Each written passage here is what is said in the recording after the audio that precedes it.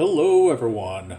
Welcome to 2017. This is the Virg podcast, New Year's edition. I am your host, Virgil Edwards. As always, the purpose of this show is to keep you from the brink of ignorance and on the verge of intelligence. When it comes to American politics and how it relates to everyday life, I have a series of topics I'd like to discuss today. The first of all being the repealing of Obamacare. Now, this is something that Republicans talk about doing all the time. This is something that liberals are always freaking out about.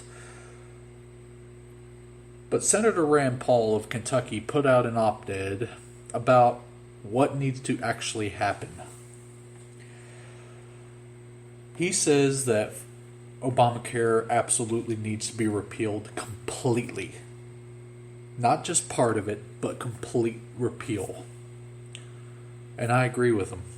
And here's why. He says if part of it is repealed, whether it be in the individual mandate or the part about whether insurance companies can no longer discriminate based on pre-existing conditions.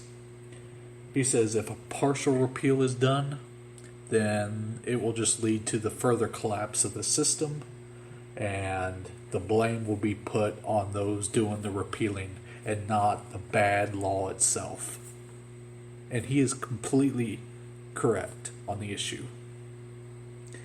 A full repeal needs to happen, and it needs to be immediately replaced with a free market solution.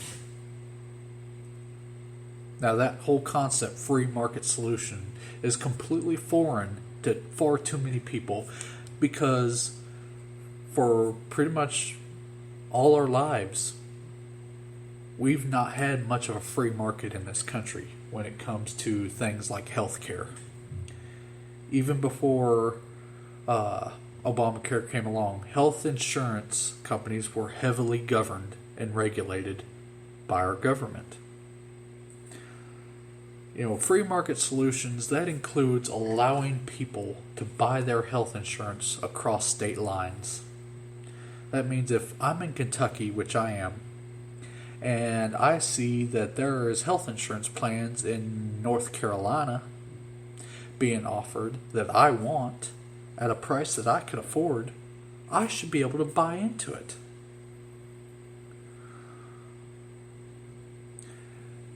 Insurance companies need to be able to compete.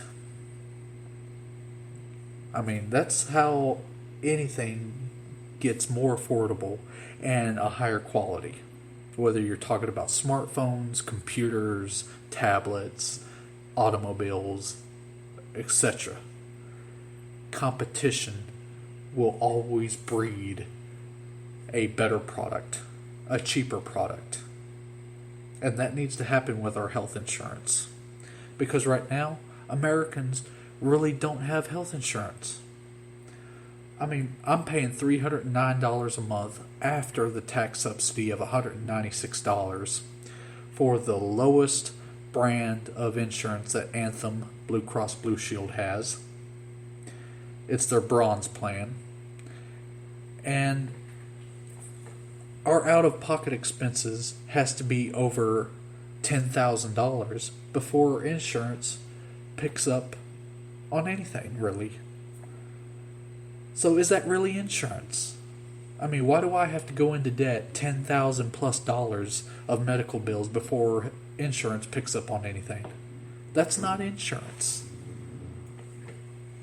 But yet we're forced by law to pay into it. This is nothing more than a tax on the young and the healthy. Another thing, if health insurance is so vital and needed, then why doesn't it cover procedures that can genuinely change someone's life for the better, such as bariatric surgery? As someone that has had bariatric surgery myself, I could tell you it saved my life.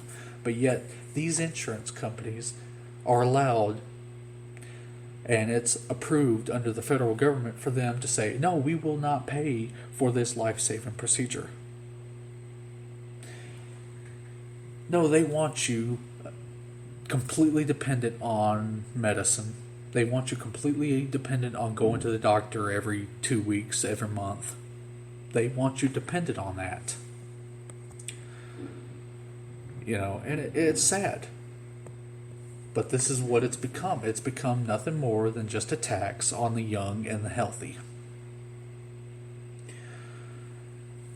But I'm going to move on from that because I think the evidence that Obamacare has failed speaks for itself.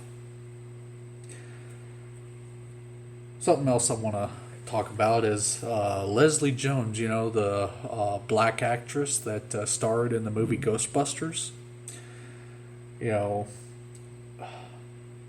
person that threw a hissy fit on Twitter about a joke that Milo made about her. They got him banned from Twitter for life.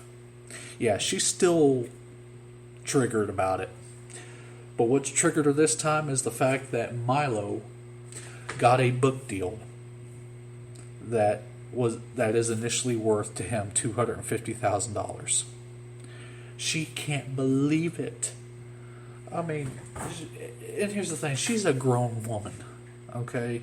She is presenting herself as a child. She needs to get over what happened on Twitter with Milo, okay? She's supposed to be presenting herself as a role model for young women, young black women.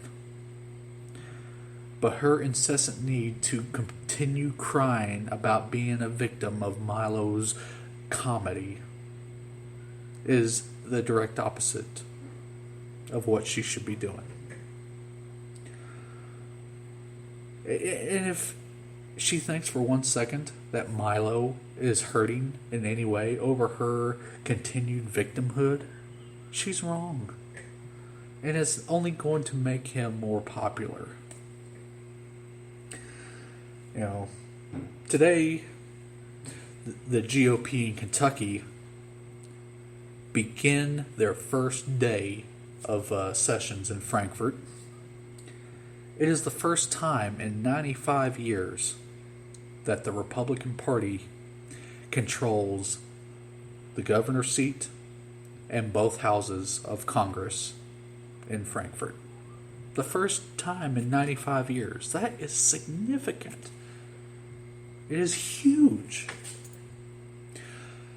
But liberals, and they have been ever since Governor Bevin was elected, they have been whining and crying and complaining. It doesn't matter how much more revenue that will be coming to Kentucky as a result of Bevin's policies. It doesn't matter how many jobs have come to Kentucky and will continue coming to Kentucky as a result of Governor Bevin's efforts.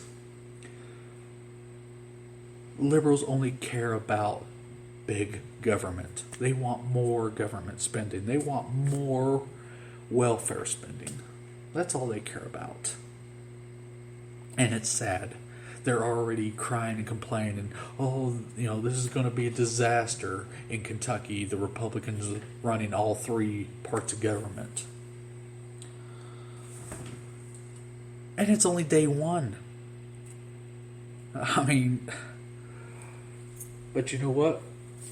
That's fine. They can whine and they can complain because, quite frankly, they have now been reduced to near irrelevance. The best thing they can do for themselves is quit their whining. Become part of the solution. 95 years Kentucky went with mainly Democrat control. And it's not worked. So guess what? Kentucky voters wanted a different direction. And that's what they're going to get. So they should just either become part of the solution or sit back, shut up, and watch as the adults transform Kentucky for the better.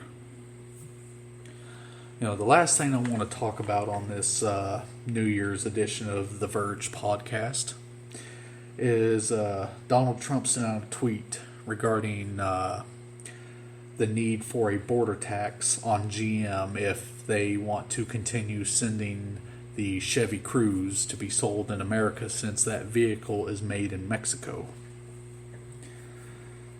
And let me just say this. I am all for wanting to bring Americans more jobs. But it's not going to be done through tariffs and border taxes on products. It's not. America has the highest corporate tax rate in the world. And the burdensome regulations that go along with it. I mean, who can blame these companies for wanting to go across the border to do business? Their job is to make money, to survive, to stay in business. Okay, they cannot operate like the federal government operates and racking up $20 trillion worth of debt. That's why the federal government has no business trying to tell private businesses how to operate. Tariffs and border taxes won't work to force already established businesses in other countries to cross the border into America. They might deter businesses that are thinking of transferring overseas, but if they're already overseas and they're already established doing business, then that's it. The higher cost due to a border tax won't be bore by the companies. No, it'll be bore by the customers purchasing the product. And there's a lot of people saying, if the vehicle's more expensive, then they'll just buy a cheaper alternative. And yeah, some might. But here's the thing.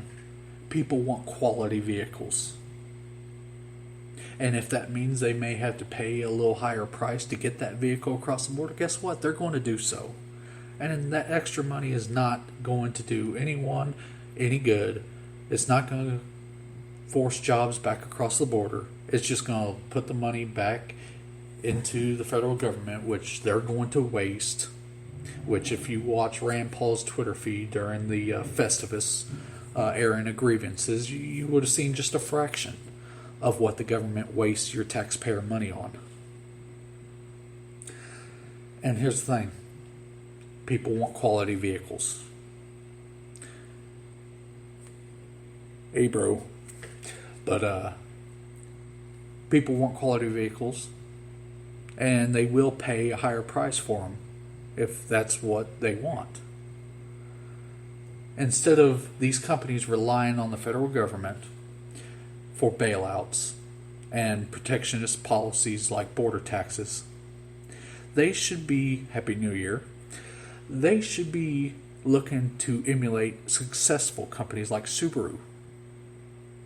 Subaru makes nothing but all-wheel drive vehicles. They are highly successful. Ford, GM, Chrysler, they should be looking to see what Subaru's doing if they want to increase their sales. And I am pretty much out of time today. I want to wish everyone, hi Kazakhstan, sorry, I'm bad with pronouncing names, but I want to wish everyone a Happy New Year in 2017. I want to hopefully educate everyone in 2017 about how taxation is theft. And I want everyone to know that I wish nothing more than the best for them. Until next time.